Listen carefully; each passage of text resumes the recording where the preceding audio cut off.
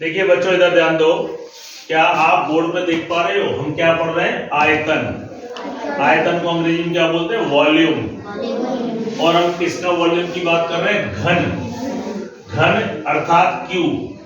जो हिंदी में घन बोलते हैं उसे हम क्यूब बोलते हैं, अंग्रेजी में उसका आयतन है भुजा क्यूब।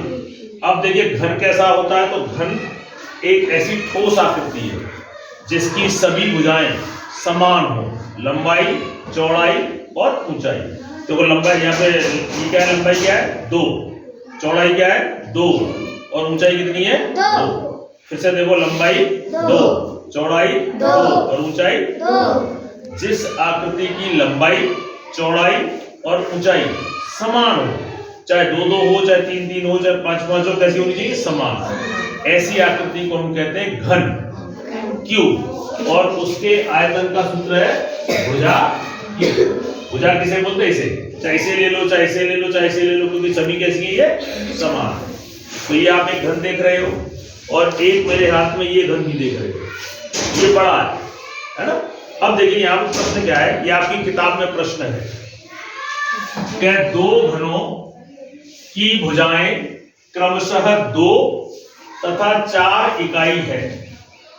2 मतलब घनों की भुजा जो है 2 और 4 इकाई है।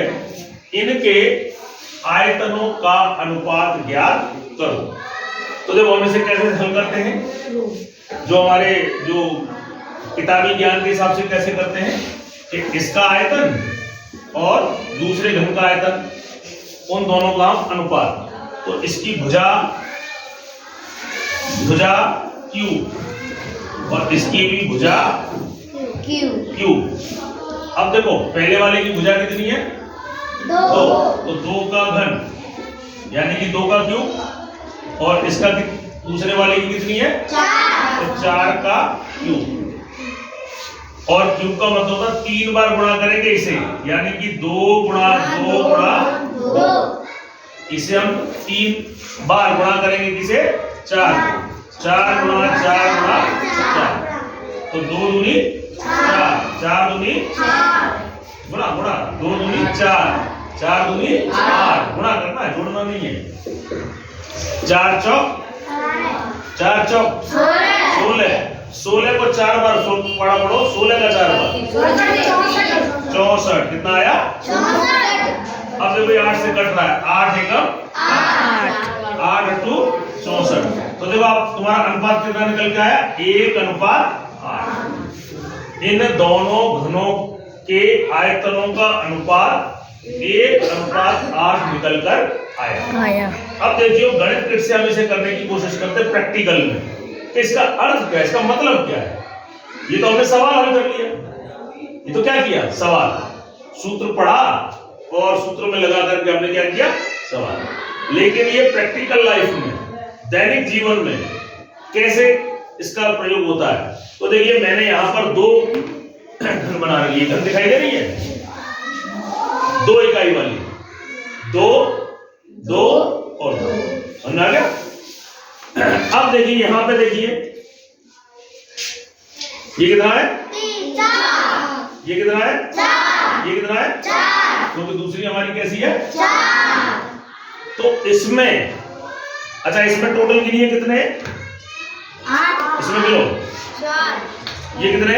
4। और ये कितने? 4। 8 है ना? छोटे वाले घन में कितने थे? 8। देखो यहाँ पे आया था ये 8, दिखाई दे रहा? अब ऐसे 8-8 के इसमें से टुकड़े हो जाएंगे। कितने कितने के? 8-8 के। और 8-8 के कितने टुकड़े होंगे? 8 ही टुकड़े होंगे। देखो कैसे होंगे, देखते चलना आप। चलो पहले हम ये ले लेता हूं।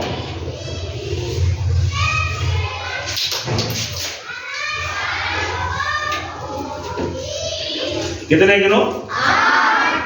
इसी तरह गिनो। कितने? 8। और 8-8 के 2 टुकड़े हो गए।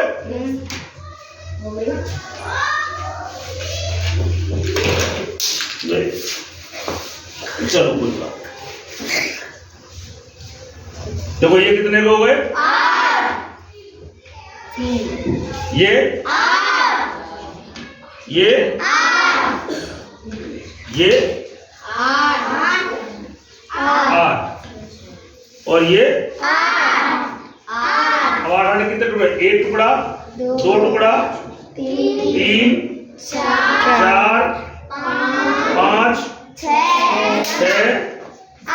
7 और ये 8। कितने टुकड़े हो गए?